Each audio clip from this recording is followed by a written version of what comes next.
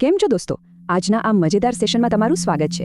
આજે આપણે સાહિત્ય અને વ્યાકરણનું એક જબરદસ્ત મિશ્રણ જોવાના છીએ. આપણો આજનો વિષય છે બકોર પટેલનો કારેલા પ્રયોગ. નામ સાંભળીને જ હસવું આવે એવું છે ને? તો ચાલો હાસ્યથી ભરપૂર આ રસપ્રદ વાર્તામાં ડૂબકી લગાવીએ અને સાથે સાથે તમારી આવનારી પરીક્ષાની પાક્કી તૈયારી પણ કરી લઈએ. હવે સૌથી પહેલા મને એ કહો કે શું તમને કારેલાનું શાક ભાવે છે? સાચું કહેજો. મોટા ભાગનાનો જવાબ કદાચ ના જ હશે, ખરું ને? કારણ કે યાર, કડવી વસ્તુઓ કોને ભાવે? પણ જરા વિચારો, જો કોઈ તમને રોજ સવાર, બપોર અને સાંજ બસ કારેલા જ ખાવા આપે તો તમારી શું હાલત થાય? બસ આ જ મજેદાર વિચાર સાથે આપણી આજની વાર્તા શરૂ થાય છે. તો મળો આપણી વાર્તાના મુખ્ય પાત્ર બકોર પટેલને.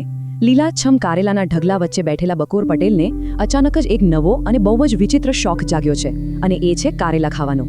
આ કોઈ નાનો સૂનો શોખ નહોતો, પણ એક એવું જબરદસ્ત વળગણ હતું કે બીજું બધું જ ભૂલીને બસ ભાઈ સાહેબ કારેલા પાછળ જ ગાંડા થયા હતા. પણ સવાલ એ છે કે આવું અચાનક થયું કેમ? એની પાછળનું કારણ બહુ જ રસપ્રદ છે. થયું એવું કે એકવાર બકોર પટેલે એક મેગેઝિનમાં એક વાક્ય વાંચી લીધું. તેમાં લખ્યું હતું કે કારેલા વારંવાર ખાવા, તેનાથી બીમારી આવતી અટકે છે, ભૂખ લાગે છે અને ખાધેલું પચી જાય છે. બસ કાગળ પર લખેલી આટલી લીટીઓ વાંચીને તો બકોર પટેલને પૂરેપૂરી ખાતરી થઈ ગઈ કે કારેલા તો દરેક રોગનો રામબાણ ઇલાજ છે. તેમને તો એવો જ વિચાર આવ્યો કે અરે રે, આજ સુધી આ જાદુઈ ફાયદાની ખબર કેમ ન પડી? અને બસ ત્યાંથી જ આજીવન કારેલા ખાવાનો આ કડવો પ્રયોગ શરૂ થઈ ગયો. હવે વાર્તામાં આગળ શું થાય છે તે જુઓ. એક દિવસ તેમના દરવાજે ટપાલી આવે છે અને એક ટપાલ આવે છે. બકોર પટેલ ટપાલ વાંચે છે અને તેમના પત્ની શકરી પટલાણી ધ્યાનથી સાંભળે છે. સમાચાર એવા હતા કે તેમના એકદમ ગાઢ મિત્ર ગોપાળદાસ પુણાથી આખું એક અઠવાડિયું રોકાવા માટે તેમના ઘરે આવી રહ્યા છે. મિત્રો, પરીક્ષા માટે આ ઘટના ખાસ યાદ રાખજો હો, કારણ કે અહીંથી જ વાર્તામાં અસલી વળાંક આવે છે. હવે મહેમાન ઘરે આવવાના હોય એટલે સ્વાભાવિક છે કે સ્વાગતની ધમાકેદાર તૈયારીઓ તો કરવી જ પડે ને. પણ અહીં એક બહુ મોટી સમસ્યા ઊભી થાય છે, અને આ જ છે આપણી વાર્તાનો મુખ્ય સંઘર્ષ. એક તરફ છે બકોર પટેલ, જેઓ અત્યારે સ્વાસ્થ્યના નામે માત્ર કડવા ઝેર જેવા કારેલાની ડાયટ પર જીવી રહ્યા છે, અને બીજી તરફ છે આવનાર મહેમાન ગોપાળદાસ, જેમને મીઠાઈઓ અને ગળ્યા પદાર્થોનો જબરદસ્ત શોખ છે. ગોપાળદાસની તો એવી આદત કે રોજ કંઈક ગળ્યું ખાધા વગર કે રસ ઝરતી જલેબી અને મિષ્ઠાન વગર તેમનો દિવસ જ ન જાય. હવે આ જ બાબતની ચિંતા અત્યારે શકરી પટલાણીને સતાવી રહી છે. તેમણે બકોર પટેલને ખૂબ જ પ્રેમથી સમજાવતા કહ્યું કે આપણે ભલે આપણા કડવા પ્રયોગો કરીએ, પણ મહેમાનને તો રીતસર જમાડવા જ પડે ને. દોસ્તો, આપણી ભારતીય પરંપરામાં મહેમાન તો ભગવાન કહેવાય, એટલે એમનું સ્વાગત સારી રીતે થવું જ જોઈએ. આ મુદ્દો પરીક્ષાના લાંબા જવાબો લખવામાં તમને ખૂબ કામ લાગશે. શકરી પટલાણી મહેમાન માટે શ્રીખંડ, બાસુંદી કે કંસાર જેવી એકદમ સ્વાદિષ્ટ મીઠાઈઓ બનાવવા માંગે છે, જેથી ગોપાળદાસ રાજી થઈ જાય. પરંતુ આપણા બકોર પટેલ તો પોતાની જીદ પર એકદમ અડગ છે. તેઓ તો સીધા ટેબલ પર હાથ પછાડીને ભારપૂર્વક કડકાઈથી કહી દે છે, ના ના ના, આ વખતે શ્રીખંડ બિખંડ કંઈ જ નહીં, ગળ્યું તો કશું જ નહીં બને, એમને પણ આપણે કારેલા જ ખવડાવીશું. વિચારો, બકોર પટેલ નક્કી જ કરી ચૂક્યા છે કે મહેમાનને પણ તેમના આ કડવા સ્વાસ્થ્ય પ્રયોગનો હિસ્સો બનવું જ પડશે. આખરે જમવાનો સમય થાય છે.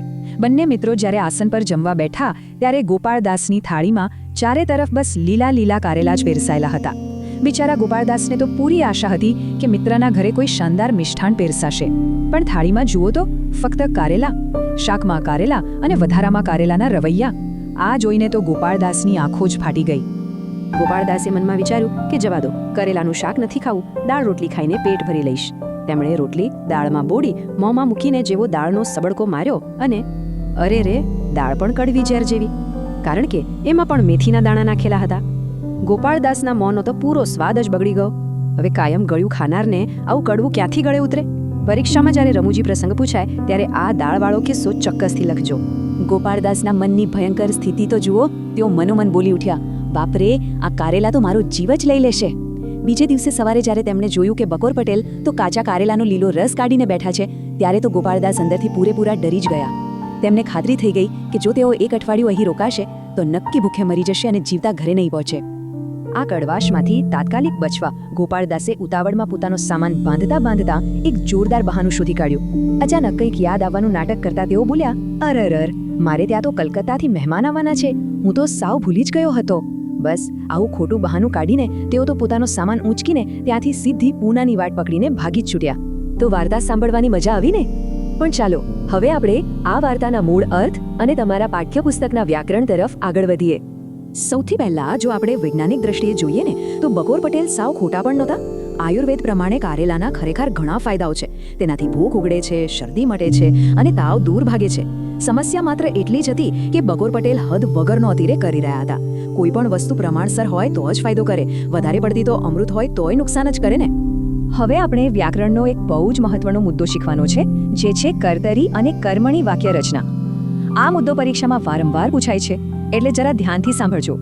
જ્યારે વાક્યમાં કર્તા એટલે કે કામ કરનાર વ્યક્તિની પ્રધાનતા હોય ત્યારે તેને કર્તરી વાક્ય કહેવાય, અને જ્યારે વાક્યમાં કર્મ એટલે કે જે કામ થઈ રહ્યું છે તેનું મહત્વ વધારે હોય ત્યારે તેને કર્મણી વાક્ય કહેવામાં આવે છે. છે ને એકદમ સરળ? ચાલો આને એક ઉદાહરણથી સમજીએ. આપણું પહેલું વાક્ય છે, બકોર પટેલે કારેલા ખાધા. અહીં વાક્યની શરૂઆતમાં બકોર પટેલ છે, એટલે કે કર્તા મુખ્ય છે, તેથી આ કર્તરી વાક્ય છે. હવે જો તેને કર્મણીમાં ફેરવીએ તો વાક્ય બનશે, બકોર પટેલ વડે કારેલા ખવાયા. અહીં કારેલા જે કર્મ છે તે મુખ્ય બની ગયા છે. આના પરથી સ્પષ્ટ થાય છે કે કર્તાની પાછળ વડે કે થી લગાવવાથી અને ક્રિયાપદનું રૂપ બદલવાથી વાક્ય કર્તરીમાંથી કર્મણીમાં ફેરવાઈ જાય છે. આ નિયમને વધુ પાક્કો કરવા થોડા અન્ય ઉદાહરણો પણ જોઈ લઈએ. જેમ કે છોકરો રમે છે એ કર્તરી વાક્ય છે, તેનું કર્મણી બનશે છોકરાથી રમાય છે. એવી જ રીતે પ્રવીણા વાંચે છેનું થશે પ્રવીણાથી વંચાય છે, અને હું ખાઈશનું કર્મણી રૂપ બનશે મારાથી ખવાશે. આ પેટર્ન મગજમાં બરાબર ફિટ કરી લેજો. પરીક્ષામાં વાક્ય પરિવર્તનના રોકડા માર્ક્સ લાવવામાં આ બહુ જ કામ આવશે. હવે સૌથી અગત્યની વાત, તમારી આવનારી પરીક્ષાની તૈયારી માટે ચાલો કેટલાક મહત્વના પ્રશ્નો યાદ કરી લઈએ. પરીક્ષા માટે આ 2 લાંબા પ્રશ્નો પર ખાસ ધ્યાન આપજો. પહેલો પ્રશ્ન છે, આ એકમનું નામ બકોર પટેલનો કારેલા પ્રયોગ કેમ પાડ્યો હશે? આનો જવાબ લખતી વખતે તમારે વાર્તાની શરૂઆતની ઘટનાઓ વર્ણવવાની છે, જેમાં બકોર પટેલની કારેલા પાછળની જીદ અને વળગણ દેખાય છે. અને બીજો પ્રશ્ન, ગોપાળદાસને કારેલા ગમતા નથી એવો ખ્યાલ ક્યારે આવ્યો? આના જવાબમાં તમારે પેલો મેથીવાળી કડવી દાળના સબળકાવાળો આખો રમૂજી પ્રસંગ વિસ્તારથી લખવાનો રહેશે. આ રીતે જવાબ લખશો તો પૂરા માર્ક્સ જરૂર મળશે. તો દોસ્તો, આજના આ સેશનમાં આપણે બકોર પટેલની મજેદાર વાર્તા પણ માણી અને પરીક્ષાની તૈયારી પણ કરી લીધી. પણ જતા જતા હું તમને એક સવાલ પૂછવા માંગુ છું. ગોપાળદાસની આવી ખરાબ હાલત જોયા પછી શું હવે ભવિષ્યમાં કોઈ બીજો મિત્ર બકોર પટેલના ઘરે જમવા રોકાવાની હિંમત કરશે ખરા? તમને શું લાગે છે? આ પ્રશ્ન પર વિચાર કરતા રહેજો અને આવનારી પરીક્ષા માટે એકદમ જોરદાર તૈયારી કરજો. શીખતા રહો અને પરીક્ષામાં ઝંડા લહેરાવતા રહો.